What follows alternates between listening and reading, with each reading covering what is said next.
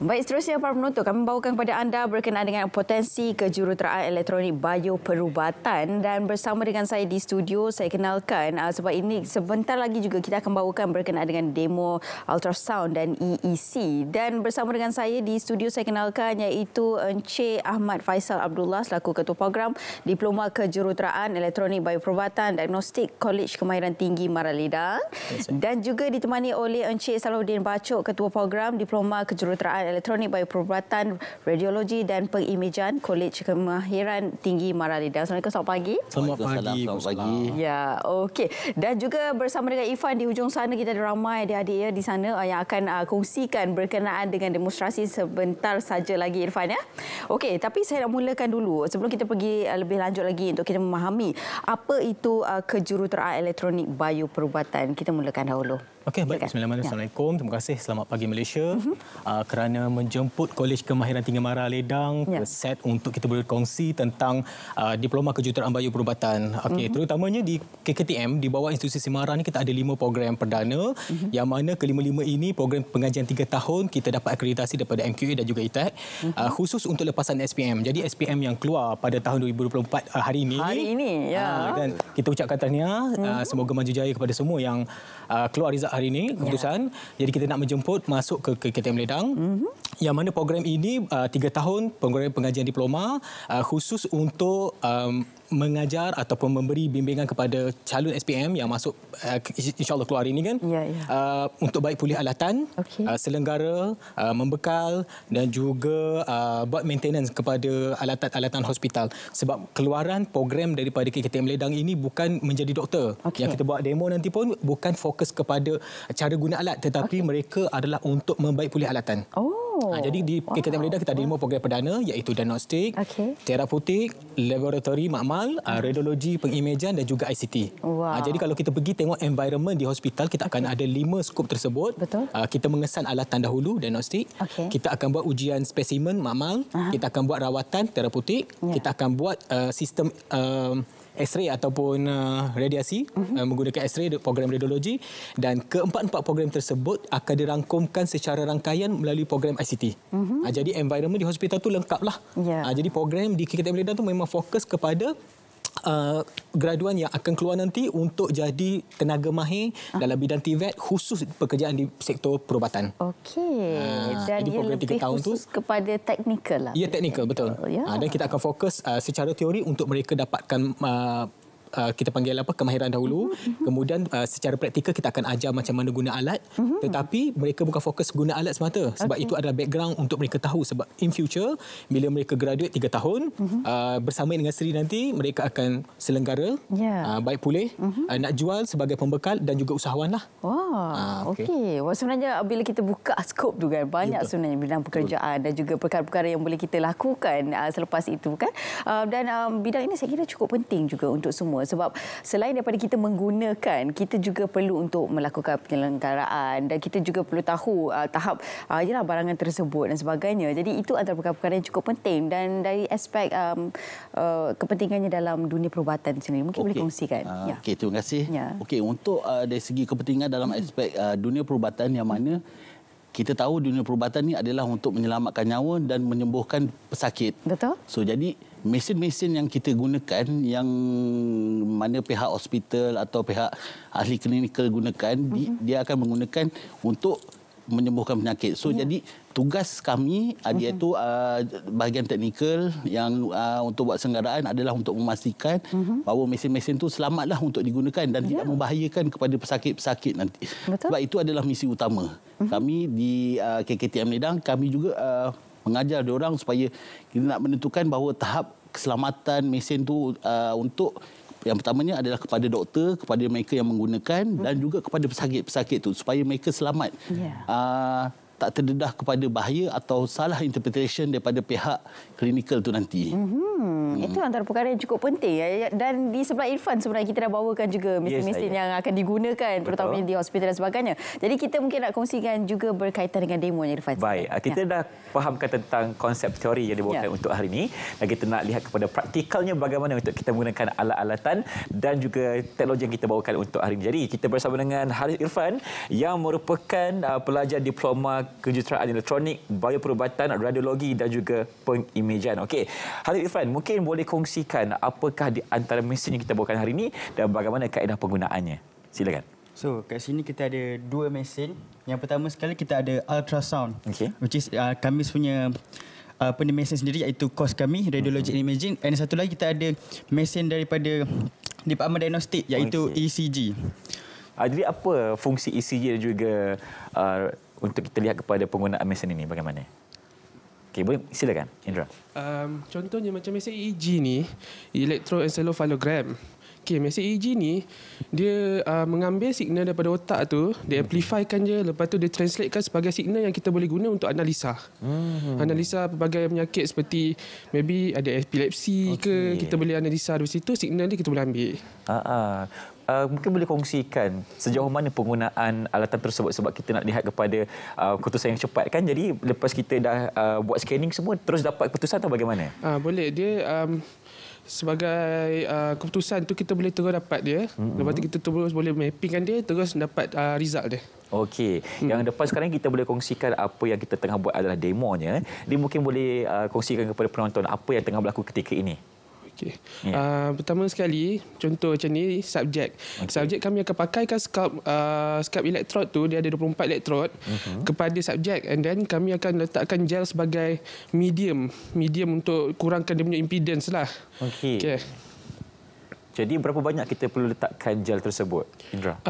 Gel tu sekadar cukup untuk setiap elektrod tu mendapatkan kontak rapat dengan kulit scalp tu je. Apa mungkin keadaan yang membuatkan kita tidak mendapat bacaan yang tepat? Contohnya, salah satu, jika impedans tu terlampau tinggi sebab kita tak tahu gel kan. Jadi dia punya signal tu akan jadi korup ataupun jadi terlampau tinggi. Jadi kita bila nak buat dapat result tu dia tak cantik. Tak dapat lah. Okey, jadi kita perlu buat semula lah. Betul. Menggunakan proses yang sama. Menggunakan proses yang sama. Okey, mungkin boleh kongsikan lagi apa kelebihan proses yang kita tengah buat sekarang ini? Contoh kelebihan proses EEG ni, selain untuk kita dapatkan hasil berkaitan dengan penyakit, apa lagi yang kita boleh cari? Contoh macam saya di KKTM Ledang, saya punya untuk final year project saya berkaitan tentang learning style preference among KTM Ledang student using EEG machine. Contohnya, apa maksudnya? Contoh daripada signal tu saya boleh dapat analisa di mana subjek itu learning style dia kinestetik, auditory ataupun visual. Jadi kita dapat tahu lah dia punya subjek tu lebih cenderung kepada apa, praktikal ke ataupun baca buku ke, mendengar melihat ke. Jadi itu antara kajian yang awak tengah buat sekarang lah sebagai final year project. Final year project. Setakat ini bagaimana dengan kajian tersebut? Kajian tu untuk masa sekarang ni memang dah dapat result dia, memang dah untuk final phase untuk analisa. Ada analisa dah pun. Okey, jadi setakat ini berjaya lah. Berjaya lah, alhamdulillah. Okey, itu untuk EEG Jadi untuk ultrasound pula, apa yang kita boleh lakukan dengan mesin tersebut? Okey, ultrasound ni adalah macam kita tahu ialah apa ni kita panggil mesin imaging. So, kebiasaan mesin ultrasound ni dipakai untuk kita memeriksa organ dalaman, tisu-tisu seperti otak, kita punya jantung. Dan kebiasaannya kalau kita nampak ultrasound ni dia lebih famous. Kita nampak dekat masa kita scan ibu mengandung. Betul. Kita cek keadaan ibu mengandung.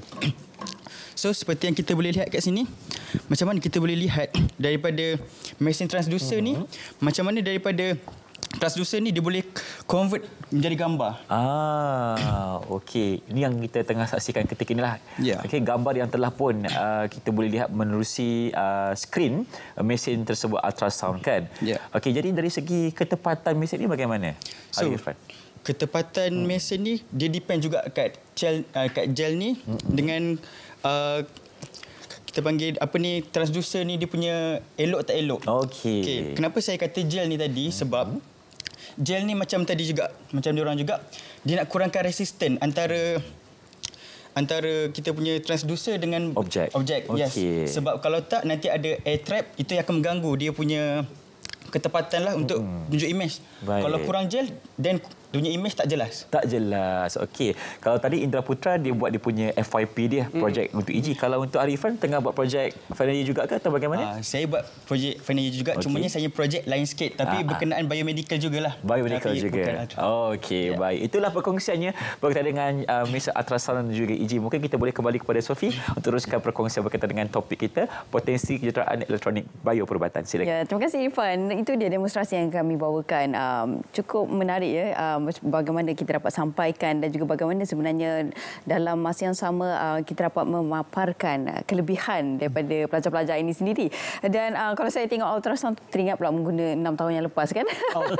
Okey, jadi ini antara perkara bioperubatan dan bila kita bercakap berkenaan dengan perkara ini, bagaimana sebenarnya bagi mereka yang telah pun menyambung pengajian berkenaan dengan kos ataupun kursus ini setelah selesainya pengajian, apakah antara kerjaya yang akan dibawakan dan juga mungkin selepas itu apakah antara mungkin laluan-laluan yang boleh mereka lakukan selepas itu. Okey.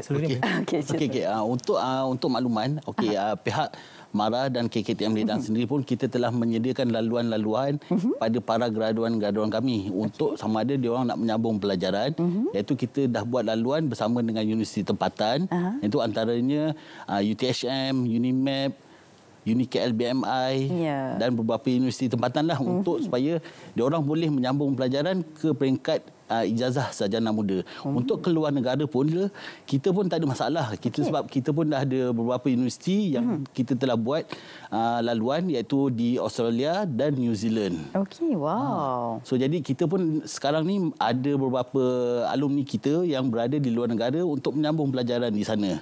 So jadi mana-mana yang graduan-graduan yang ingin yang lepasan SPM yang ingin menyambung pelajaran ke luar negara, bolehlah guna laluan TVET MARA untuk ke luar negara untuk menyambung pelajaran ke peringkat tertinggi. Jika mereka tak nak sambung belajar, sebenarnya di peringkat para mahir, sebab program diploma ni tujuannya kita adalah untuk menyokong hasrat ataupun aspirasi TPM kita untuk menjadikan agenda TVET negara menjadi salah satu platform untuk pelajar lepasan SPM sambung program pengajian 3 tahun dan menjadikan mereka sebagai salah satu profesion baru, iaitu separa mahir dalam bidang kejuruteraan perubatan. Dan kita dah melalui proses COVID sebelum ni. Jadi keperluan kebergantungan kita pada alatan bioperubatan ini sangat tinggi. Betul. Sebab semasa COVID tempoh hari kita berlaku keperluan yang sangat mendesak dan tinggi terhadap dalam bidang bioperubatan. Dan kalau kita tengok pun faktor kesihatan pun sekarang ni memerlukan kita komitmen yang sangat tinggi kepada bioperubatan. Betul. Jadi ruang mereka ni sangat luas. Bila mereka keluar, insya-Allah setakat ini pun mereka banyak fokus kepada kejuruteraan di hospital sebagai seorang juruteknik, supervisor, spesialis hospital ataupun pengilang dan juga vendor-vendor untuk membekalkan alatan-alatan di hospital khususnya. Ya, itu dia. Dan kita dah kongsikan juga ini antara laluan-laluannya dan juga sekiranya mereka ingin meneruskan kerjaya pun tak ada masalah. Tak ada masalah. Jadi itu dia antara bidang kepakaran yang kita perlu lebih meramaikan lagi untuk kita memastikan dalam bidang perubatan kita juga semakin banyak pertambahan dari segi kaki tangannya untuk memastikan penyelenggaraan dan sebagainya. Jadi mungkin ada sikit kata-kata yang nak disampaikan kepada penonton-penonton hari ini. Sebenarnya banyak bidang kemahiran juga akan memberi kerjaya-kerjaya yang lumayan saya kira. Seperti mana yang kita lihat sekarang ini, bidang kepakaran juga seperti ini kita perlukan untuk dalam industri terutamanya bidang kesihatan itu sendiri. Okey. Di Malaysia sebenarnya dalam kalau kita tengok masyarakat madani kita ni fokus untuk menjadikan negara maju dalam menyokong hasrat kerajaan menjadikan Malaysia ni ke arah lebih berdaya saing di peringkat ASEAN ataupun Asia.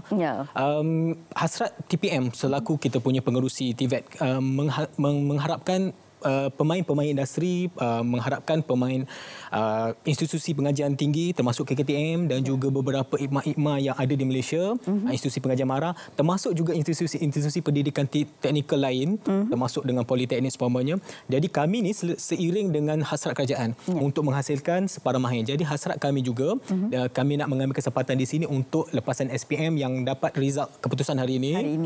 Jam 10 pagi jam 10 pagi nanti. Okey. Boleh terus di MARA, kita ada TVET mara.edu.my ataupun boleh berhubung dengan mana-mana institusi berdekatan MARA yang ada. InsyaAllah kami akan bantu. Tujuan kita adalah untuk menjadikan lepasan SPM sekiranya katakanlah sekarang ni untuk laluan TVET sangat mudah sebab dengan syarat 3 kredit pun dah boleh masuk. InsyaAllah kami akan bantu ataupun mana-mana institusi. Kita ada 13 negeri, kita ada 14 institusi, 13 lagi IKM. Memang khas untuk menyokong keperluan TVET. Jadi mana-mana yang rasa nak sambung belajar, kita nak mengharapkanlah ibu bapa yang ada ni memberikan dorongan kepada ibu bapa, kepada anak-anak masing-masing untuk menceburkan diri dalam bidang TVET. Tak lama, 3 tahun je. Betul. Adakah ianya syarat yang ditetapkan adalah 18 tahun sahaja ataupun mungkin juga mereka yang lebih daripada usia 18 tahun juga boleh menyertai, bagaimana? Dia untuk syarat untuk kemasukan memang kita syaratkan lebih 18 tahun dan kita ada had umur iaitu 40 tahun lah untuk masuk dalam KPTM. So jadi maklumat-maklumat ni kita boleh pergi ke karnival pendidikan IKMA yang akan dijalankan di seluruh negara di 13 buah negeri pada bulan Mei ni nanti, iaitu pada 2 Mei hingga ke 24 Mei. So jadi maklumat-maklumat kita boleh pergilah ramai-ramai ke sana untuk nak dapatkan maklumat info berkaitan IKMA dan penawaran beasiswa, tajaan dan untuk nak sambung belajar di institusi pendidikan di MARA. Okey, wow, itu dia. Jadi tak ada alasan sebenarnya 3 tahun ini, adakah sepenuh masa ataupun juga mereka boleh sepenuh masa.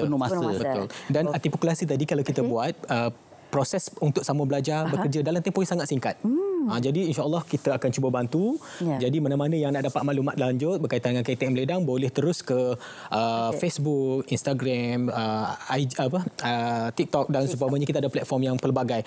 Datang saja, insya-Allah kami akan cuba bantulah. Ya, itu dia. Jadi itu dia antara perkara yang cukup penting dalam industri bioperubatan juga adalah berkaitan dengan bidang kemahiran. Jadi gunakan peluang ini sebaik mungkin bagi anda yang akan mendapat keputusan SPM sebentar lagi jam 10 pagi. Kita kira beberapa minit lagi nanti insya-Allah. Jadi pastikan anda ada perancangan sebaik mungkin apakah minat anda dan ini juga merupakan salah satu peluang untuk menuju kerjaya anda. Baik, terima kasih saya ucapkan kepada kesemuanya dan juga terutamanya bagi Encik Salahuddin Bachok, Ketua Program Diploma Kejuruteraan Elektronik Bioperubatan, Radiologi dan Pengimejan Kolej Kemahiran Tinggi MARA Ledang, dan juga terima kasih diucapkan kepada Encik Ahmad Faisal Abdullah, Ketua Program Diploma Kejuruteraan Elektronik Bioperubatan Diagnostik Kolej Kemahiran Tinggi MARA Ledang, dan tidak dilupakan juga bersama dengan Ifan. Terima kasih kepada pelajar kita yang cukup berbakat dan hebat pastinya untuk kita terus melestarikan lagi TVET dalam negara kita. Terima kasih banyak-banyak dan semoga berjaya ya. Kita doakan. Baiklah penonton, seterusnya kita akan berhenti berehat seketika. Teruskan bersama kami pastinya dalam Saat Malaysia. Jangan ke mana-mana.